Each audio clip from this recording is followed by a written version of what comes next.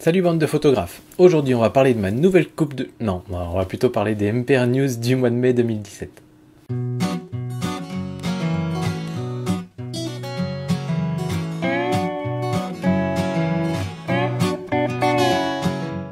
Alors on attaque avec les photos news, il n'y en a pas tant que ça ce mois-ci, il y a juste une petite histoire et j'ai trouvé très sympa donc je vais vous la raconter.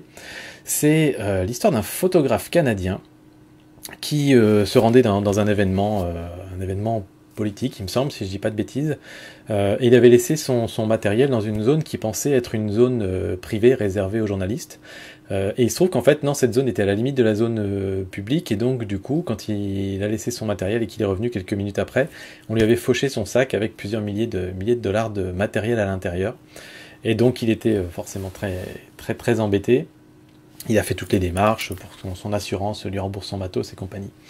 Voilà, mais c'était erreur de photojournaliste, comme je pense que ça peut arriver à beaucoup. Et donc voilà, on lui remplace son matériel, et quelques jours après, il est envoyé à un autre journal, en fait, devant un autre journal pour le déminage d'un colis. Voilà, il y a une espèce de carton qui a été déposé là, et donc il est envoyé pour couvrir l'événement, en fait. Donc il est là avec son appareil photo, son nouveau, en train de prendre les photos, au moment où les démineurs font exploser le colis.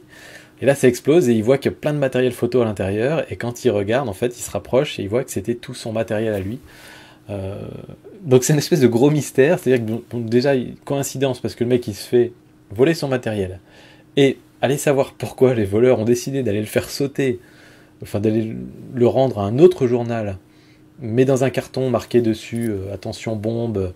Voilà, ils avaient mis des trucs, ils ont même envoyé, je crois, un message disant qu'ils allaient essayer de faire sauter un truc ou je sais pas quoi, pour que du coup la police vienne faire sauter le colis. Et il se trouve que, deuxième coïncidence, ce photographe était présent sur les lieux au moment où on a fait exploser tout son matos qu'on lui avait volé quelques jours avant. Donc voilà, c'est un peu un peu une drôle d'histoire, mais je trouvais ça marrant, donc je voulais vous la raconter. Alors ensuite, les news MPR, on en a quelques-unes. Il y a eu cette sortie photo à Besançon. Ça faisait longtemps qu'on n'avait pas fait de sortie photo. Il y en avait eu une à Rennes il y a un an et demi presque. Et donc là, c'était à Besançon, enfin, depuis le temps qu'on est dans la région. Et c'était génial. On était une quinzaine de photographes, on s'est baladé dans la ville, on s'est laissé guider par ceux qui connaissent mieux la ville. On a été voir plein de beaux coins. Je vous mets quelques petites photos en illustration, et c'était vraiment sympa, on a bien rigolé, on a évidemment partagé plein de trucs sur la photo, et puis après on s'est fait une bonne bouffe tous ensemble, donc c'était vraiment cool. Voilà, je recommande à tous de faire des sorties photos comme ça, même entre vous, même dans les commentaires, j'en sais rien, débrouillez-vous. Sachez que moi, si je passe dans d'autres villes, j'essaierai d'en organiser d'autres. Après, c'est vrai que c'est compliqué, parce que souvent, on est en famille, donc on profite de notre week-end en famille, mais dès que c'est possible, j'essaie d'en faire. Voilà, mais pour l'instant, c'est pas encore trop le cas, mais j'aimerais en faire plus souvent, en tout cas, ça c'est sûr. Et puis, certains d'entre vous l'ont peut-être déjà vu sur la page Facebook, cette sortie photo à Besançon, c'était en fait un petit peu déclenché par le fait que Jeff, de la chaîne YouTube Jeff Photographie, m'avait dit, bah écoute, j'ai envie de venir passer un week-end chez toi, et puis on va faire des photos ensemble et tout. Donc j'avais profité de l'occasion pour dire, allez, c'est le moment de la faire, cette sortie photo.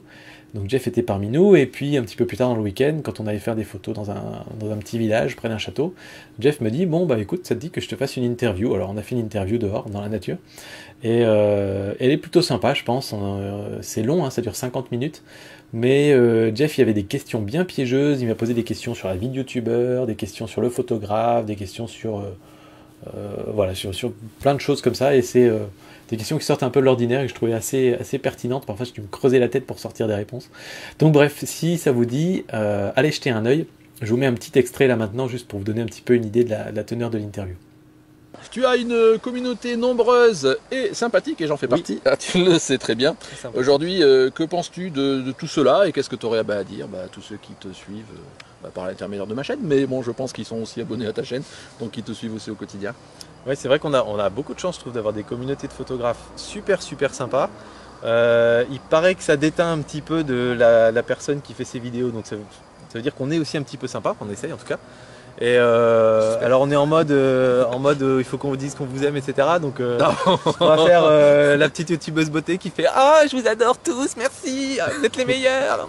Ah, tu fais bien ça. T'as vu Voilà, comme vous voyez, c'est carrément décontracté et voilà, c'était un moment très sympa en tout cas. Il y a eu une vidéo sur les batteries, la dernière vidéo sur, enfin l'avant-dernière vidéo plutôt, sur les batteries d'occasion, enfin pas les batteries d'occasion, les batteries de sous-marque versus les batteries de marque. Et ouh là là là là, qu'est-ce que j'ai pas fait de lancer cette discussion-là. Alors heureusement que j'ai pas dit que j'étais à fond pour les batteries de marque ou à fond pour les batteries de sous-marque et que j'ai pesé un peu les deux, parce que je sens que c'est un sujet bien sensible. Il y a eu patate de commentaires dans tous les sens. Avec autant d'arguments pour des gens qui sont pour ne mettre que de la marque dans leur appareil photo et d'autres qui sont pour les sous-marques parce que c'est une honte de payer 4 fois le prix pour voilà. Et j'ai eu le sentiment en fait que c'était un sujet à peu près aussi clivant que Canon versus Nikon ou Reflex versus mirrorless ou plein format versus APS-C. Et c'est un peu des sujets où j'ai l'impression qu'en fait on a souvent tendance à essayer de justifier ses propres comportements, c'est-à-dire que si on est chez Canon, c'est qu'un jour on a choisi entre Canon et Nikon, et donc du coup comme on a choisi, on veut pas reconnaître que parfois c'est bien chez Nikon aussi, et donc du coup on essaie de trouver des arguments pour se convaincre qu'on a eu raison de prendre cette décision-là. Reflex mirrorless c'est un peu pareil, plein format APS-C c'est un peu pareil, même s'il y a quand même une question de budget, plein format APS-C. Et les batteries, j'ai un peu l'impression que c'était la même chose en fait, et que les personnes qui ont pris la décision d'acheter des batteries de la marque officielle essaient de trouver tous les arguments possibles pour justifier le fait qu'ils aient dépensé beaucoup de sous dans ces batteries, et que ceux qui utilisent des batteries vraiment pas chères essaient de masquer un petit peu les inconvénients qu'il pourrait y avoir avec ces batteries pour se donner raison. Donc bref, c'était un sujet, c'est assez marrant en fait. Allez, si ça vous intéresse, allez voir les commentaires, il y a vraiment des bonnes tranches de rigolade dedans. Mais je ne savais pas du tout que c'était un sujet sensible comme ça. Voilà. Cela dit, ce serait intéressant de creuser quand même la question. Certains d'entre vous m'ont dit que quand on mettait une batterie de sous-marque, donc pas une batterie originale de la vraie marque, ça pouvait annuler la garantie d'appareil photo. Alors, vous êtes plusieurs à me l'avoir dit, donc ça me pose question, donc j'irai peut-être creuser cette question-là. Ce qui me pose question, moi, c'est que je vois absolument pas comment, quand on renvoie notre appareil photo en SAV, s'il est cassé, par exemple, un jour, je vois absolument pas comment il pourrait savoir qu'on a mis une autre batterie qu'une batterie Canon dans notre appareil photo Canon, par exemple. Donc voilà, je me pose la question. Et puis j'attends toujours de voir aussi quelqu'un qui a eu un vrai problème de batterie dans un de ses appareils photo, que ce soit une sous-marque ou une batterie officielle. Alors j'imagine que du coup, comme je dis ça, vous allez m'en envoyer, mais voilà, pour moi il n'y a pas un énorme risque non plus à mettre de la sous-marque. Tapez pas taper. Et sur mpr.photo, comme tous les mois, donc vous savez, mpr.photo, c'est le site qui va avec les vidéos, et il y a Steve donc, qui publie des articles et qui sont toujours très très très intéressants et qui complètent toujours les vidéos. Donc si vous voulez un autre œil, à chaque fois, c'est sur mpr.photo qu'il faut se rendre. Je vous mets toujours le lien dans la description en dessous de chaque vidéo. Et il y a certains d'entre vous qui se sentent l'âme d'écrire des articles, et donc là, ce mois-ci, par exemple, il y a eu Fabien, qui a écrit tout un article sur les sacs photos et les différents types de sacs photos. Alors évidemment, il ne passe pas en revue toutes les marques et tous les sacs photos qui existent, mais il va parler des sacs bandoulières, des sacs sling, des sacs à dos, etc. Et il détaille, et c'est assez marrant. Donc voilà, allez voir cet article-là si ça vous intéresse. Je vous mets le lien dans la description aussi. Nicolas qui nous fait des petites séries sur enfin petites séries, c'est des gros articles quand même, mais toujours super intéressants sur des photos célèbres, des photographes célèbres. Et là cette fois-ci c'est sur Ian Macmillan, très très très intéressant aussi, donc allez jeter un œil.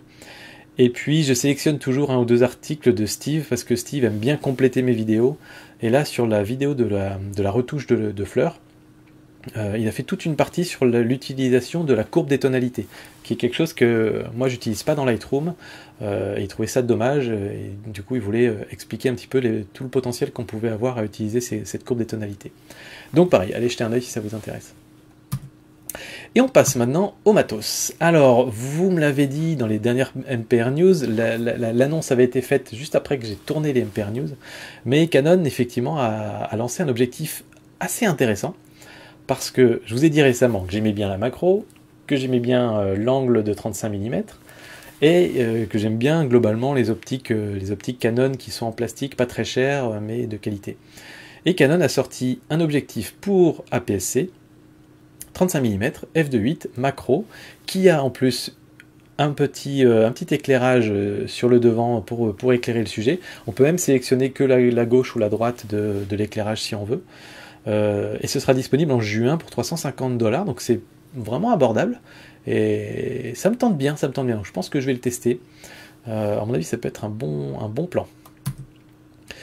La grosse news du mois dernier, c'est Sony qui a annoncé le Alpha 9. Alors bon, c'est pour les gens qui ont pas mal de sous, qui ont déjà une ou deux Rolex au poignet, mais c'est la première fois que Sony sort un boîtier pour concurrencer les très haut de gamme de chez Canon et Nikon, c'est-à-dire les 1DX chez Canon et les D5 chez Nikon, qui sont les boîtiers qui sont utilisés par les photographes de sport aux Jeux Olympiques ou autres. Et donc on attendait Sony sur ce terrain-là, et ils ont enfin sorti leur boîtier. Et ça explose à peu près toutes les statistiques, comme Sony a l'habitude de faire. Donc c'est un boîtier plein format à 24 mégapixels, mirrorless évidemment, qui shoot des rafales à 20 images par seconde. Je crois que sur ses concurrents, on est plutôt dans l'ordre de 12, 13, 14. Alors les points d'autofocus, alors je ne sais pas si c'est encore la peine de les compter, mais il y en a 693. Il paraît que c'est très bien, il paraît que c'est mieux pour suivre le sport, etc. De certains tests que j'ai pu voir, il semblerait que ce boîtier arrive à des performances vraiment équivalentes aux meilleurs autofocus des boîtiers réflexes. Que donc on commence vraiment à gommer le retard qu'avaient les mirrorless sur les réflexes au niveau de l'autofocus, donc c'est balèze. Le capteur est stabilisé sur 5 axes comme ils font d'habitude chez Sony. Ils filment en vidéo 4K sur l'ensemble du capteur, impeccable. Et puis visiblement ils ont commencé à mettre des plus grosses batteries dans leurs appareils photo, donc ça c'est bien. Parce que les mirrorless avaient vraiment des soucis de batterie. Et là on arrive à peu près à 480 images sur une batterie. Ça reste encore un petit peu plus faible que des réflexes, mais ça commence à être intéressant. Ça commence à être utilisable, on va dire. Sans avoir à se trimballer 5 ou 6 batteries sous le bras. Tiens, j'ai gardé le nombre d'autofocus. Et puis a priori il sort en mai 2017, donc là ce mois-ci, pour 4500 $ quand même. Mais 4500 $, c'est à peu près 2000 $ de moins que le meilleur boîtier de chez Canon ou de chez Nikon qui sont plus lourds et qui ont un peu moins de fonctionnalités. Donc pour sa gamme, c'est pas très cher. Dans la foulée, ils ont sorti un téléobjectif 100-400 mm, alors qui ouvre pas forcément très grand. Il ouvre entre f4 et f5.6 selon la focale que vous utilisez. C'est la série G-Master, donc c'est ceux qui ont a priori des super qualités optiques. Pour l'instant, tous les G-Master ont des très bonnes reviews, donc je pense que celui-ci ne fera pas d'ombre au tableau, on va dire. Il sort en juillet pour 2500 $. Alors c'est peut-être le petit manque qu'il y a encore chez Sony, mais je pense qu'ils vont bientôt le combler, c'est qu'il n'y a pas encore de gros téléobjectifs comme il peut y avoir chez Canon ou Nikon, des 400 mm f4 ou des 500 mm f4. Bon après c'est pour des gens qui, en plus d'avoir des Rolex, ont une Rolls-Royce dans leur jardin. Donc bon, voilà. Mais c'est peut-être ce qui manque encore, mais je pense que Sony doit être en train de bosser dessus. Ensuite, un petit appareil photo. Alors, je n'ai pas l'habitude de parler des petits compacts comme ça, mais celui-ci me semblait intéressant. Donc, c'est le Panasonic DC-ZS70. Il a un capteur assez petit, c'est 1 sur 2,3 pouces. Donc, c'est vraiment assez petit, quoi. 20 mégapixels. Il a un zoom x30. Mais du coup, c'est pas... Voilà, sur un petit boîtier comme ça, c'est vraiment un boîtier compact, en fait. C'est pas objectif interchangeable, d'ailleurs. Et un viseur électronique. Un écran orientable, intéressant pour les youtubeurs. Il peut prendre des photos à 10 images par seconde, il a un capteur stabilisé, il filme en vidéo 4K et est disponible ce mois-ci au mois de mai pour 450 $. Et c'est quand j'ai vu le prix que je me suis dit, ouh, faut que j'en parle quand même de celui-là, parce qu'en fait, en dehors juste du fait qu'il est effectivement un petit capteur, pour tout le reste, il coche à peu près toutes les cases, quoi. Notamment, je dis, pour se filmer quand on fait du YouTube ou du vlog ou des machins comme ça. Donc, il me fait un peu de l'œil celui-là, donc je sais pas, on verra plus tard, mais intéressant. Laowa a sorti ou va sortir très prochainement un objectif pour appareil micro 4 tiers. Il y a pas mal de petits boîtiers mirrorless qui sont en micro 4 tiers. Donc c'est la taille de capteur qui est en dessous des APS-C. Et c'est un très grand angle vu que c'est 7,5 mm qui ouvre à f2. Si on le met sur un plein format, c'est pas si on le met sur un plein format, mais ça va donner un angle équivalent à un 15 mm sur un plein format ou un 10 mm sur un APS-C. Donc c'est un très grand angle et c'est parfait pour les photos de paysage. Et du coup, je lance un peu cette interrogation, cette discussion. C'est que moi, souvent, ce qui me gêne un petit peu avec l'APS-C pour les photos de paysage, c'est qu'on a du mal à avoir des optiques de très bonne qualité à très grand angle. Parce que j'imagine à 10 mm, 11, 12 mm, c'est très difficile de faire une optique de bonne qualité partout sur l'image, notamment sur les bords, parce que tout est bombé, enfin voilà. Et du coup, j'imagine que 7,5 mm, c'est encore plus bombé, encore plus compliqué à construire. Maintenant, la OA, ils font plutôt des bonnes optiques d'habitude. Donc je vais surveiller de près et voir si on n'a pas une très bonne qualité d'image là-dedans. Parce que si on a une très bonne qualité d'image, on pourrait avoir un objectif parfait pour aller faire du paysage avec un petit appareil micro 4 tiers et donc un bon kit pour partir en rando. Donc voilà, je vais surveiller ça de près. Prévu pour 500 $. Et puis un truc un petit peu bizarre qui est sorti, enfin qui n'est pas sorti du tout en fait, qui est en précommande avant qu'il lance un Kickstarter, donc un financement participatif. C'est un truc qui s'appelle Trilens. L'idée c'est d'avoir à son jean, sur son pantalon, un petit système sur lequel on peut accrocher 3 objectifs. Et en fait, on peut mettre son cache d'objectif directement dessus, il y a des trucs aimantés. Et en fait, à une seule main, on peut enlever son objectif, le revisser là et en prendre un autre.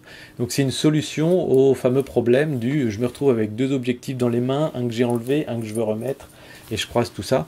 Alors quand on a pris le coup de main, c'est pas si compliqué que ça, mais là l'idée c'est qu'on puisse gagner 1 seconde ou 2 secondes à chaque fois qu'on change d'objectif. Donc c'est destiné essentiellement aux photographes de mariage ou autres. Moi je me dis pourquoi pas, mais je me pose quand même la question de si tu as 3 gros objectifs montés là-dessus, même si tu n'en as que 2, tu peux vite te retrouver avec 3 kilos. 3 kilos qui tirent sur un côté du jean, c'est un coup à perdre son pantalon. Donc voilà, je suis pas sûr encore du truc, à mon avis il faut le tester, mais voilà, je trouvais ça assez intéressant, assez rigolo. Un petit coup de pouce ce mois-ci. Alors c'est un coup de pouce pour quelqu'un qui en a pas forcément besoin tant que ça, mais il a fait une vidéo vraiment que j'ai trouvé géniale, vraiment géniale. C'est l'ami Tom Migo, qui a une chaîne YouTube, notre ami Tom Migo qui est en Écosse, qui fait plein de vidéos très intéressantes, qui fait des photos de paysages assez géniales aussi. Et là il nous a sorti une vidéo sur les espaces colorimétriques. Le truc que j'ai jamais compris, j'avais déjà regardé 3, 4, 5 vidéos d'autres youtubeurs, même en français, j'avais jamais compris. Tom, il me l'a expliqué et c'est limpide quand il l'explique. Donc vraiment, je vous invite tous à aller voir cette vidéo-là parce qu'elle est très bien expliquée. Et donc je te remercie Tom parce qu'il y avait énormément de boulot derrière. Enfin ça se voit en tout cas quand on regarde la vidéo, il y a énormément de boulot de préparation derrière pour clarifier le discours et tout ça.